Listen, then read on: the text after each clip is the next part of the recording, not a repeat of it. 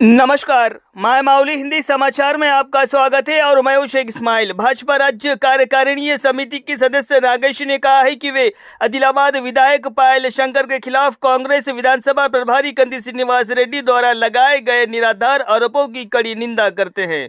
उन्होंने स्थानिक विधायक कैंप कार्यालय में आयोजित मीडिया कॉन्फ्रेंस में हिस्सा लिया और कंदी श्रीनिवास के रवैये की आलोचना की। उन्होंने साफ तौर पर किया है कि विधायक पायल शंकर पर लगे ये झूठे आरोप है। विधानसभा चुनाव में बुरी तरह से हारने वाले कंदी श्रीनिवास रेड्डी वो हार को पचा नहीं पा रहे हैं। विधायक पायल शंकर पर भी जमीन हड़पने के झूठे आरोप लगाए जा रहे हैं। इस प्रेस वार्ता कार्यक्रम में भाजपा नेता दिनेश मठोलिया, गतिका क्रांति कुमार, मोहन अग्रवाल, सुरेंद्र रवि, टिंकू राजू समेत अन्य ने भाग लिया। మొన్న జరిగినటువంటి శాసనసభ ఎన్నికల్లో పాయల్ శంకర్ అన్నపై ఘోరాతి ఘోరంగా ఓడిపోయినటువంటి కంది శ్రీనివాస్ రెడ్డి ఇంకా నువ్వు ఓటమిని జీర్ణించుకోలేకపోతున్నావు. ఆల్రెడీ ఆదిలాబాద్ నియోజకవర్గ ప్రజలు నీకు ఓటుతో బుద్ధి చెప్పి నువ్వు పక్కా పాగలవానివే, నువ్వు కేఏ పాల్వే అని చెప్పేసి నిరూపించిన ఇంకా నువ్వు లేనిపోని ఆరోపణలు చేస్తున్నావు. ఇది రాజకీయాలలో మంచిది కాదు. నువ్వేమంటున్నావు? కంది శ్రీనివాస్ రెడ్డి నిన్న పాయల్ శంకర్ని పాగల్ శంకర్ అంటున్నావు. అసలు ఆల్రెడీ ఆదిలాబాద్ నియోజకవర్గ ప్రజలు నిన్ను కేఏ పాలని ఎప్పుడో నీకు పేరు పెట్టేసిండ్రు. మరొకటి, ఈ ఎమ్మెల్యే గారు భూ కబ్జాలు చేసిందంటున్నావు. అధికారం మీది, కాంగ్రెస్ ప్రభుత్వం ఉన్నది.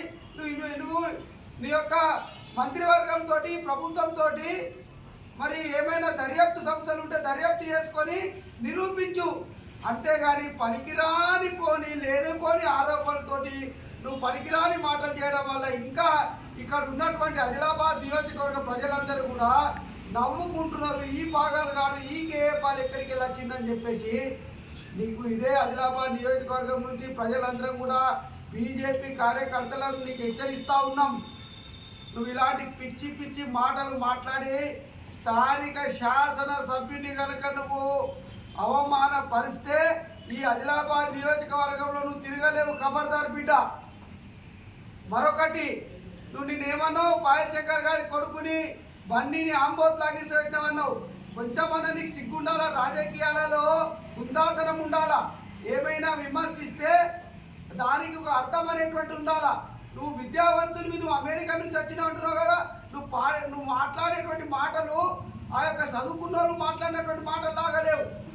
మళ్ళొకటి, 292 పోలింగ్ బూత్లో మా యొక్క కార్యకర్తలు ఓటేయడానికి పోతే కాషాయ కండువా కప్పుకుంటే మీ శ్రీమతి ఏమంటది? ఈ ఆరేజ్ కండువాలు వేసుకోవద్దంటది. ఏ అధికారంతో మీ భార్య ఆ యొక్క 292 పోలింగ్ బూత్ పోయింది? ఏమైనా అధికారం ఉన్నదా? ఏమైనా మీ శ్రీమతి ఏమైనా పోలింగ్ ఏజెంటా? మరి వీటన్నిటికీ నువ్వు సమాధానం చెప్పాలా. ఇప్పటికైనా నీ పద్ధతిని మార్చుకొని రాజకీయాల్లో హుందాగా ఉండాలా.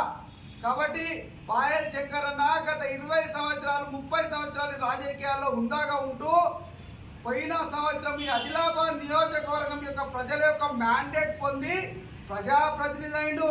నువ్వు జిందగీలో ఈ తరం కాదు, ఇంకో 3 తరాలైనా నువ్వు ఏ ప్రజాప్రతినిధి కావు. నీకు ఎవరైనా ఓటేస్తారా నిన్ను చూసి కేపాలని నవ్వుకుంటున్నారు. కాబట్టి ఇప్పటికైనా నీకు మేము ఒకటే విజ్ఞప్తి చేస్తూ ఉన్నాం. నీకు రాజకీయాలు చేసేది ఉన్నది కాంగ్రెస్ పార్టీలనే నువ్వు ఉండు. ఆ కాంగ్రెస్ పార్టీ నియోజకవర్గంలోనే ఉండు. నువ్వు ఎవరిని రానియకు. కానీ వేరే వాళ్ళు ఎవరైనా వస్తే నీ పదవి పోతాయని చెప్పేసి మా మీద బుద్ధ చల్లుడు పనిచేయి. మీరు కొట్టుకోండి కాంగ్రెస్ వాళ్ళు.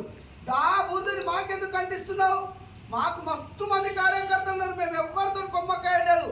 మొన్న అమెరికా నుంచి వేరే రాష్ట్రాల నుంచి ప్రజలు వచ్చేసి నరేంద్ర మోడీ ప్రధానమంత్రి కావాలని చెప్పి జై శ్రీరామ్ అని చెప్పి కమలం పువ్వు కొట్టేసిండ్రు.